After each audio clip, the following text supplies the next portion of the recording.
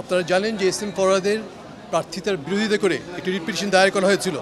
High court সেখানে rule issue করেছিল এবং ডাকসু ইলেকশন 30শে অক্টোবর পর্যন্ত স্থগিত রেখেছিল। এর বিরুদ্ধে আমরা আজকে অ্যাপেলেট ডিভিশনে আমাদের বক্তব্য পেশ করেছি। এখানে আমরা বলেছি যে যেই গ্রাউন্ডে ওনার প্রার্থিতা চ্যালেঞ্জ করা হয়েছে সেটা সঠিক নয়। বলা হয়েছিল যে উনি নিষিদ্ধ সংগঠন, ছাত্র সংগঠনের একটি সদস্য। আমরা দেখিয়েছি বিভিন্ন ডকুমেন্ট কোর্টের কাছে নজরে এনেছি এবং আমরা বলেছি যে আসলে কখনোই উনি কোনোদিন ওই নিষিদ্ধ সংগঠনের সাথে জড়িত ছিলেন না। আদালত আমাদের এই বক্তব্য গ্রহণ করেছেন এবং আদালতের কাছে আমরা আবেদন করেছি এইগুলো বিষয়গুলো মোটামুটি ডিসপিউটেড কোয়েশ্চেন অফ ফ্যাক্ট এবং রিট পিটিশনটাই রক্ষণীয় না। এখানে রুলই ইস্যু হয় না, সেখানে কীভাবে ডাকসু ইলেকশন স্টে হয়। আদালত আমাদের সাবমিশনগুলো অ্যাকসেপ্ট করে চেম্বার জাজ যে স্টে দিয়েছিল সেটাকে বহাল রেখেছে এবং বলেছে যে 30শে অক্টোবর পর্যন্ত এই স্টে বহাল থাকবে।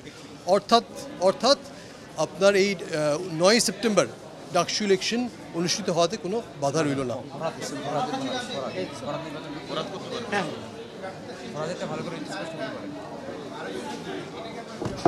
আমরা ওনার একটা মডিফিকেশনের দরখাস্ত করে মডিফিকেশনের প্রেয়ার করেছিল। ওনারা বলেছিল যেখানে একটা ইনকোয়ারি হওয়া উচিত যে উনি কি আসলেই এই নিষিদ্ধ সংগঠনের সাথে জড়িত ছিল কিনা।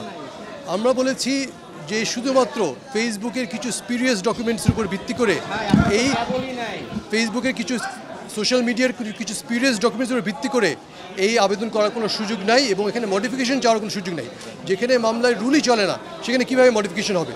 আদালত আমাদের এই সাবমিশনে গ্রহণ করেছে এবং এই আসন্ন ডাকসু নির্বাচনে ফরহাদের নির্বাচন করবার কোনো বাধা রইল না।